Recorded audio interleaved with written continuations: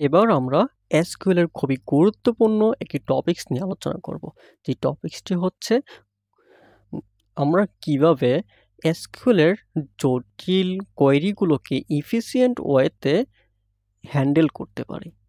এই এফিসিয়েন্ট ওয়েতে হ্যান্ডেল করার জন্য আমাদের কাছে দুটো অ্যাডভান্স টেকনিক রয়েছে, যার একটি হচ্ছে কোরিলেটেড সাব কোয়েরি এবং অপরটি হচ্ছে কমন টেবিল এক্সপ্রেশন। চলেন তাহলে আমরা উদাহরণসহ দেখে আসি কিভাবে এই কোয়েরি দুটো বা এই টেকনিক দুটো কাজ করে। প্রথম হচ্ছে কোরিলেটেড সাব কোয়েরি। এই কোরিলেটেড সাব কোয়েরি আমাদের এখানে দুটা কোয়েরি থাকে, একটাকে বলা হয় ইনার কোয়েরি আর একটা বলছে আউটার কোয়েরি। আউটার কোয়েরির প্রত্যেকটা রো বা রেকর্ডের জন্য ইনার কোয়েরির প্রত্যেকটা রেকর্ড একবার করে এক্সিকিউট হয়।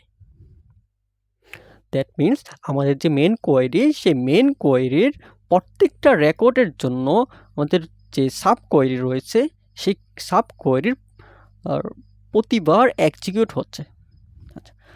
এইটা আমাদের একটা জটিল প্রক্রিয়া এবং এটার কিছু অ্যাডভান্টেজ রয়েছে যে আমরা হচ্ছে দুটো কোয়েরি অ্যাট এ টাইম চালাতে পারছি, কিন্তু কিছু ডিসঅ্যাডভান্টেজ রয়েছে। তার মধ্যে একটা হচ্ছে এটা খুবই ধীর গতি এবং হচ্ছে মোর কমপ্লেক্স। চলো আমরা একটু হচ্ছে একটা এক্সাম্পল দিয়ে দেখি। আচ্ছা, আমাদের কাছে একটা কোরিলেটেড সাব কোয়েরি রয়েছে। টেকনিক অনুযায়ী আমরা হচ্ছে একটা কোয়েরি করছি। দেখেন এখানে আমাদের দুইটা কোয়েরি। একটা কোয়েরি হচ্ছে এই যে উপরে এই অংশটুকু, যেখানে আমরা select employee ID, employee name, salary, department ID, এই রোগুলো বা এই কলামগুলো আমরা নিচ্ছি কোথা থেকে? এমপ্লয়ি থেকে, যাকে আমরা হচ্ছে এমপ্লয়ি টেবিল থেকে, যাকে আমরা E1 বলতেছি। ওকে, কোন কন্ডিশন নিচ্ছি? হোয়ার স্যালারি, যদি এই E1 এর স্যালারি যদি বড় হয়, কোথা থেকে? এখানে আরেকটা কোয়েরি, এই যে এখান থেকে আরেকটা কোয়েরি সিলেক্ট দিয়ে আমাদের আরেকটা কোয়েরি তৈরি করছি। এই কোয়েরির ফলাফলের চাইতে যদি স্যালারির ভ্যালুটা বেশি হয়। ওকে, আমাদের এই যে ভিতর যে কোয়েরি রয়েছে, এই ভিতরের কোয়েরিটিকে আমরা বলছি ইনার কোয়েরি এবং বাহিরের যে কোয়েরি রয়েছে তাকে বলছি আমরা আউটার কোয়েরি। ওকে, আমাদের অবশ্যই মনে আছে যে আমরা কোরিলেটেড সাব কোয়েরি বিষয়টা কি, এটা বলেছিলাম যে এই যে আউটার কোয়েরি রয়েছে, এর প্রত্যেকটা রেকর্ডের জন্য বা প্রত্যেকটা লাইনের জন্য ভিতরে যে কোয়েরি রয়েছে তা আলাদাভাবে চলতে থাকবে। অর্থাৎ সাব কোয়েরিটির এই সাব কোয়েরিটি যেটা আছে, তার কোয়েরিটি বাহিরের যে কোয়েরি রয়েছে এর প্রতিটি রেকর্ডের জন্য আলাদা করে পরিচালনা করে। তাহলে আমরা একটু দেখি কীভাবে কাজটা করতেছে। আমাদের এই এমপ্লয়ি থেকে রেকর্ড থেকে হচ্ছে একটা ডেটা পাচ্ছে, সেই ডেটার জন্য এই যে একটা কোয়েরি চালাচ্ছে। কীভাবে কোয়েরি চালাচ্ছে? সিলেক্ট অ্যাভারেজ ফাংশনকে কল করেছে, কার অ্যাভারেজ বের করবে? স্যালারি। ওকে, কোথা থেকে? এমপ্লয়ি থেকে, যাকে আমরা হচ্ছে E2 নামে E2 নাম দিচ্ছি। এবং কীভাবে কন্ডিশনটা হচ্ছে হোয়ার যখন E1 এই যে বাহিরের যে কোয়েরি আছে, কোয়েরির যে টেবিল রয়েছে তার ডিপার্টমেন্ট আইডি সমান যদি হচ্ছে ভিতর যে কোয়েরি E2 তার ডিপার্টমেন্ট আইডি ম্যাচ হয়, তাহলে সে হচ্ছে অ্যাভারেজ ক্যালকুলেট করবে। ওকে, অ্যাভারেজ ক্যালকুলেট করে ফাইনালি কী করবে? একটা ভ্যালু আসবে। সেই ভ্যালুটা আমার এই যে বাহিরের যে কোয়েরি রয়েছে, বাহিরের কোয়েরির স্যালারির চাইতে যদি ছোট হয়, অর্থাৎ স্যালারি যদি বড় হয় এবং ভিতর থেকে ইনার কোয়েরি থেকে যে ডাটা আসে সেটা যদি ছোট হয়, তাহলে সেই ডাটাগুলো শো করাবে। এখানে দেখে বোঝা যাচ্ছে বিষয়টা খুবই কমপ্লেক্স একটা বিষয় এবং হচ্ছে প্রত্যেকটা রেকর্ডের জন্য এখানে যেহেতু কোয়েরি চলছে, তার মানে এটা হচ্ছে খুবই ধীর গতির একটা কাজ হবে। এই সমস্যার সমাধান করার জন্য আমরা আমাদের পরবর্তী টেকনিক ব্যবহার করব। পরবর্তী টেকনিকটার নাম হচ্ছে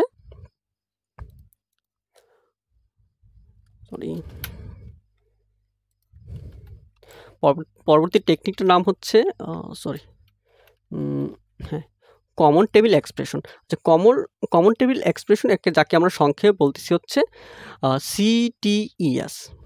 আচ্ছা, এই CTESটা কি? CTESটা হচ্ছে একটা অস্থায়ী টেবিল তৈরি করবে। কেন টেবিল তৈরি করবে? আমাদের হচ্ছে যে কোয়েরিগুলো মাল্টিপল টাইম কল করা হচ্ছে, সেই কোয়েরিগুলোকে হচ্ছে আমরা নিয়ে একটা টেম্পোরারি টেবিল তৈরি করব, যেটা আসলে আমরা বলতে পারি ভার্চুয়াল টেবিল। ওকে, আর এটা কি করবে যে আমাদের কমপ্লেক্স যে কোয়ারিটা রয়েছে সেই কমপ্লেক্স কোয়ারিটা ভেঙে আমরা একটা কোয়ারি টেবিল তৈরি করতেছি। দ্যাট মিনস এটা আমাদের কম্পারেটিভলি আগের টেকনিকের তুলনায় একটু সহজ হবে। চলো আমরা একটু এক্সাম্পল দিয়ে দেখি।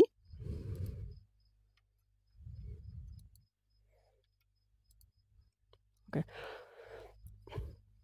আমাদের প্রথম কাজ হচ্ছে কি যে আমাদের যে ইনার কোয়ারিটা ছিল সেই ইনার কোয়ারিটা ভেঙে এখন আমরা হচ্ছে একটা টেবিল তৈরি করব। তাহলে আমরা ধরে নিচ্ছি এইটা কাজ করার জন্য আমাদের প্রয়োজন হয় উইথ, দেন হচ্ছে আমাদের যে টেবিলটা তৈরি করব অস্থায়ী টেবিল, সেই এই অস্থায়ী টেবিল বা ভার্চুয়াল টেবিল তার নাম দিচ্ছি অ্যাভারেজ স্যালারি। এর ভ্যালুটা কোথা থেকে আসবে? এর ভ্যালুটা আসবে এই যে এখানে একটা কোয়ারি ইউজ করছি যে সিলেক্ট ডিপার্টমেন্ট আইডি, দেন হচ্ছে অ্যাভারেজ স্যালারি। এই অ্যাভারেজ স্যালারিটা আমরা কোথায় রাখবো? রাখতেছি হচ্ছে ডিপার্টমেন্ট অ্যাভারেজ স্যালারির মধ্যে। ওকে, দেন আমরা করতেছি কি, কোথা থেকে নিচ্ছি? এমপ্লয় থেকে। এবং কীভাবে আমরা গ্রুপিং করতেছি? গ্রুপিং করছি হচ্ছে ডিপার্টমেন্ট আইডি, অর্থাৎ যাদের ডিপার্টমেন্ট আইডি সেম তাদের ডিপার্টমেন্টের যত স্যালারি রয়েছে সেই স্যালারিকে অ্যাভারেজ করতেছি এবং ভ্যালু হিসাবে আমরা রাখতেছি হচ্ছে ডিপার্টমেন্ট অ্যাভারেজ স্যালারির মধ্যে। ওকে, এটা কোন টেবিলের মধ্যে রাখতেছি? এটা রাখতেছি হচ্ছে স্যালারি অ্যাভারেজ স্যালারির মধ্যে, অর্থাৎ অ্যাভারেজ স্যালারি যে টেবিল রয়েছে তার মধ্যে আমরা পাবো কি ডিপার্টমেন্ট আইডি এবং ডিপার্টমেন্ট অ্যাভারেজ স্যালারি। ওকে, এটা কিন্তু আমাদের ভার্চুয়াল টেবিল। ওকে ফাইন, এইটা আমাদের একটা কোয়ারি হয়ে গেল। দেন আমরা নিচে আসতেছি, নিচে এসে করতেছি কি select employee ID, employee name, employee salary, employee department. কোথা থেকে নিচ্ছি? আমরা নিচ্ছি এমপ্লয়ি থেকে, যাকে আমরা ই দ্বারা হচ্ছে ডিফাইন করতেছি। তাহলে কি হচ্ছে E dot employee ID, E dot employee name, E dot employee salary, E dot department ID. Okay, তারপর আমরা জয়েন করব। কার সাথে জয়েন করব? এই যে এমপ্লয়ি রয়েছে তার সাথে জয়েন করবো আমাদের যে ভার্চুয়াল টেবিলটা রয়েছে। তাহলে কি হচ্ছে ভার্চুয়াল টেবিল অর্থাৎ অ্যাভারেজ স্যালারি, যাকে আমরা এ দ্বারা ডিফাইন করতেছি কিসের ভিত্তিতে? অন এই যে ডিপার্টমেন্ট রয়েছে সেই ডিপার্টমেন্টের আইডি এবং যে অ্যাভারেজ স্যালারি যে ডিপার্টমেন্ট আইডি রয়েছে দুইটা যদি সমান হয় তাহলে সেটা আমরা কাউন্ট করব। কি কাউন্ট করতেছি? হোয়ার যেখানে এই এমপ্লয়েড স্যালারি গ্রেটার দেন এই অ্যাভারেজ স্যালারি যে টেবিল রয়েছে তার ডিপার্টমেন্ট অ্যাভারেজ স্যালারি যদি বড় হয়, ওকে, তাহলে হচ্ছে আমরা সেই ডাটাগুলো দেখাবো।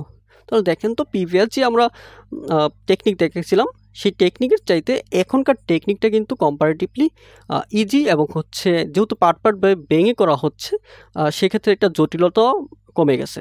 এখানে সবচেয়ে বড় সুবিধা হচ্ছে ওইটার তুলনায় এখানে আমাদের টাইম কমপ্লেক্সিটি বা একটু ফাস্টার হচ্ছে। এবার আমরা এসকিউএল এর খুবই গুরুত্বপূর্ণ একটি